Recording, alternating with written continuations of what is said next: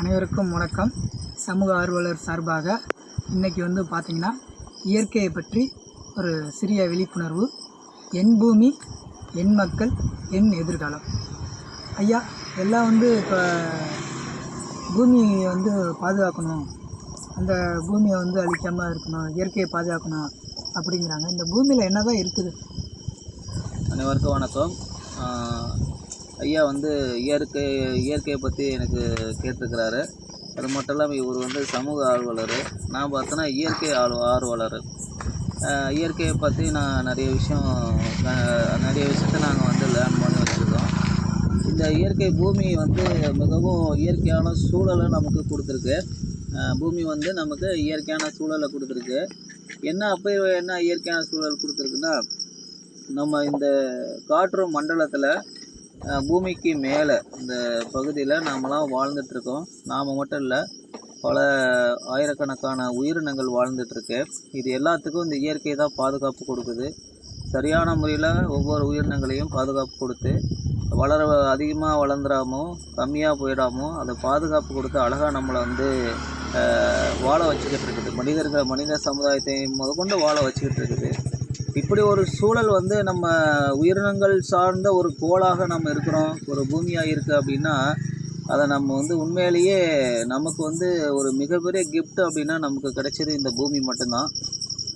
நாம் இந்த ஆகாய மண்டலத்தில் பார்த்திங்கன்னா, பூமியை ஏன் இவ்வளோ முக்கியத்துவம் வாய்ந்ததா எல்லா விஞ்ஞானிகளும் ஒவ்வொரு நாட்டிலையும் பார்த்தோன்னா அந்த ஆகாயத்தை பார்த்தினா நிறைய கோள்களை பற்றின ஆராய்ச்சி மிக முக்கியமான ஒரு இடத்துல வைக்கிறாங்க. அதில் வெற்றி அடைஞ்சிட்டாங்கன்னா அந்த நாடு முன்னேறிய நாடுன்ற லெவலுக்கு இன்றைக்கி ஆராய்ச்சி பண்ணிக்கிட்டு இருக்காங்க. ஸ்பேஸுன்னு சொல்லக்கூடிய அந்த ஆகாயத்தில் நிறைய கோள்களை நம்ம ஆராய்ச்சி பண்ணுறோம், நிறைய நட்சத்திரங்களை ஆராய்ச்சி பண்ணுறோம். நம்ம இந்த பால்வழி திரள்னு சொல்லக்கூடிய இந்த மில்கிவே கேலக்சியில் கிட்டத்தட்ட 40,000 நட்சத்திரங்கள் இருக்குதுன்னு சொல்லி ஆராய்ச்சி பண்ணிலாம் சொல்லியிருக்கிறாங்க. அதில் ஒரு நட்சத்திரமாக இருக்கிற நம்ம பூமி அதில் ஒரு நட்சத்திரமாக இருக்கிற நம்ம சூரிய குடும்பம் மிக முக்கியமான ஒரு பங்களிப்பு அளிக்குது. 40,000 கோடி நட்சத்திரத்திலேயே நம்ம சூரிய குடும்பம் ஏன் ஸ்பெஷலைஸ்டாக நம்ம சொல்கிறோம், ஒரு முக்கியத்துவம் வாய்ந்த ஒரு நிலையை நம்ம சொல்கிறோம்னா அதுக்கு காரணம் இருக்குது. நம்ம சூரிய குடும்பத்தில் தான் இந்த பூமி இருக்குது. இவ்வளோ பெரிய 40,000 கோடி நட்சத்திரம் இருக்கிற ஒரு மில்கிவே கேலக்சியில் அந்த பால்வழி திரளில் நம்ம பூமி ஒரு டஸ்ட்டு தான், ஒரு சாதாரண ஒரு துகள் தான். இருந்தாலும் இந்த பூமி தான் ஸ்பெஷலைஸ்டு ஒரு துகள்னு நம்ம சொல்லலாம். அல்லது பூமி முக்கியமான ஒரு விஷயம் சொல்லலாம்னா, ஏன்னா இதில் உயிரினங்கள் இருக்குது. வேறு எங்கேயுமே இன்ன வரைக்கும் நம்ம ஆராய்ச்சியாளர்கள் ஒவ்வொரு நாட்டிலையும் மிக வேகமாக ஆராய்ச்சி பண்ணிக்கிட்டு இருக்காங்க. அமெரிக்காலாம் பார்த்திங்கன்னா இன்னும் 500 வருஷத்துக்கு முன்னாடி போயிட்டாங்க ஆராய்ச்சியில். ஸ்பேஸ் டெலஸ்கோப் அந்த ஜேம்ஸ் வெப்லாம் அனுப்பியிருக்காங்க. எத்தனையோ ஒளியாண்டு தூரத்தில் இருக்கிறதெல்லாம் நமக்கு ஃபோட்டோ எடுத்து அனுப்புது. அங்கேயுமே ஒன்றும் கண்டுபிடிச்சி நமக்கு உயிரினங்கள் இருக்கிறதா எந்த எவிடன்ஸும் பண்ண முடியல. இவ்வளோ பெரிய ஆராய்ச்சியில் நம்ம பார்க்கக்கூடிய இந்த பூமி மிகவும் முக்கியமான ஒரு இடத்துல இருக்குன்னா உயிரினங்கள் இருக்கிறதுனால தான்.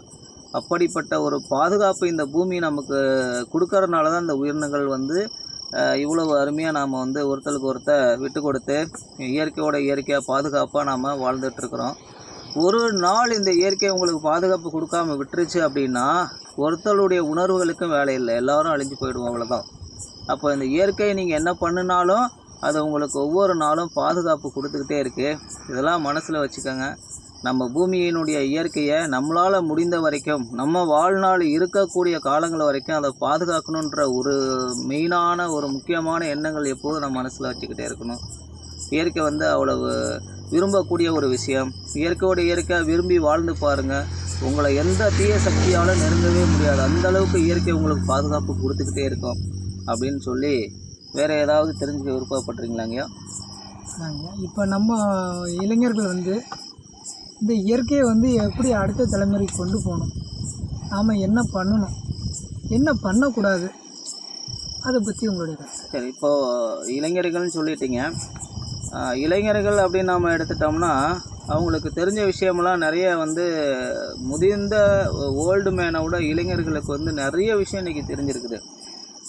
நிறைய விஷயம் என்னென்னா, அவங்க கையில் மொபைல் ஃபோன் வச்சுருக்குறாங்க, அந்த ஃபோனில் வந்து என்ன இயற்கை சம்மந்தமாக என்ன கேட்டாலும் ஒரு சாதாரண வில்லேஜில் ஒரு ஓல்டு மேன் இருக்காங்கன்னா அவங்க அனுபவத்தில் நிறைய விஷயத்தை இயற்கையில் பார்த்துருப்பாங்க.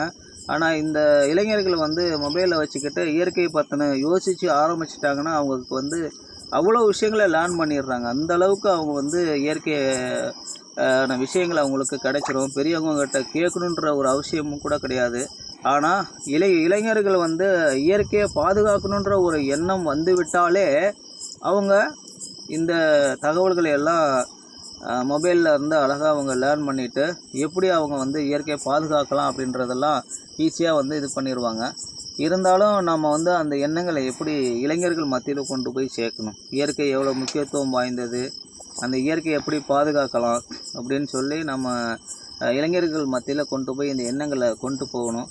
அதுக்கு என்ன வழிமுறைகள் இருக்குது அப்படின்னா, நம்ம ஸ்கூலில் வந்து அரசாங்கமும் இந்த மாதிரி எண்ணங்களை வச்சு தான் ஸ்கூல் லைஃப்லேருந்து ஒரு எல்கேஜி அதே மாதிரி யூகேஜி படிக்கிற பசங்கள்ல இருந்து இன்றைக்கி வந்து ஹையர் எஜுகேஷன் டாக்டரேட் படிக்கிற வரைக்கும், முனைவர் பட்டம் படிக்கிற வரைக்கும் எல்லா மாணவர்களுக்குமே என்விரான்மெண்டல் சயின்ஸ்னு ஒன்று வைக்கிறாங்க. அந்த இயற்கையை பற்றினே தெரிஞ்சுக்கணுன்னு சொல்லிட்டு ஸ்பெஷலைஸ்டாக ஒரு சப்ஜெக்ட் வந்து எல்லா விதமான ஸ்டூடெண்ட்டுக்கும் அந்த சப்ஜெக்ட் வந்து வைக்கிறாங்க.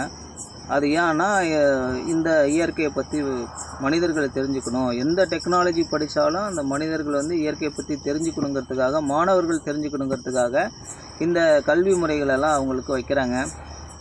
அதெல்லாம் அவங்க லேர்ன் பண்ணிக்கணும்.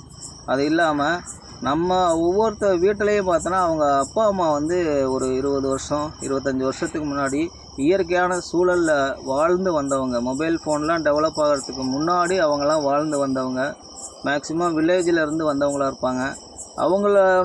அவங்கக்கிட்ட கேட்டாவே போதும், அந்த காலத்தில் இயற்கை எப்படி இருந்துச்சு அப்படின்னு அவங்க அப்பாக்கிட்டேயோ இல்லை அவங்க அம்மாக்கிட்டேயோ வந்து அவங்க கேட்டாங்கன்னா 20 வருஷத்துக்கு முன்னாடி உண்மையான இயற்கையாக வாழ்ந்த சமுதாயம் வந்து இருந்துச்சு. இப்போ தான் இல்லை. அவங்ககிட்ட கேட்டால் அவங்க நம்ம தெரிஞ்சுக்கலாம் எப்படி இயற்கையாக இருந்துச்சு, எப்படி இயற்கையாக வாழ்ந்தாங்க தெரிஞ்சுட்டு நம்ம வந்து அதை ஃபாலோ பண்ணலாம். நம்ம வந்து என்ன பண்ணணும்னா இந்த இயற்கையை வந்து நேசிக்க கற்றுத்தரணும்.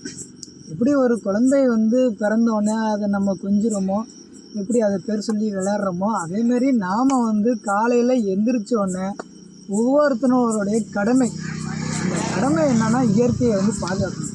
அந்த இயற்கையை நம்ம பாதுகாத்தோம்னா நம்மளே அதை பாதுகாக்கும். அந்த எண்ணத்தை வந்து எல்லாரும் நினைக்கணும், எல்லாத்துக்கும் உருவாக்கணும். அதுதான் வந்து நம்ம செய்யக்கூடியது. இந்த பூமிங்கிறது அனைத்து உயிரினமும் வாழக்கூடிய பூமி. எனவே இந்த பூமியில் வந்து இறைவன் படைத்ததிலே வந்து இந்த பூமியில் வந்து எல்லா உயிரினத்துக்கும் சமமானது. அந்த இடத்த வந்து நம்ம கொடுக்கணும். மரத்தை வந்து வெட்டக்கூடாது. அந்த மரத்தில் இருந்தால் காக்கா இருக்குது, பறவை இருக்குது, இப்போ நிறைய குருவிகள் இருக்குது. இந்த குருவிகள் மூலம் தான் இங்கேருந்து விதையை எடுத்து வேறு பக்கத்து கொண்டு போகுது. ஸோ அந்த மரத்தை வெட்டினா அதனுடைய வாழ்வாதாரங்கள் பாதிக்கிறது. எனவே மரம் வளர்க்குங்க, இயற்கையை பற்றி நேசிங்க, நம்மளுடைய குழந்தைகளுக்கு வந்து எடுத்து சொல்லுங்கள். இதுதான் வந்து என்னுடைய காணொளி. ஐயா, மிக்க மகிழ்ச்சி. இந்த பூமியை பற்றி சொன்னதற்கு, அந்த தலைமுறைக்கு சொன்னதற்கு ரொம்ப நன்றி. நன்றி.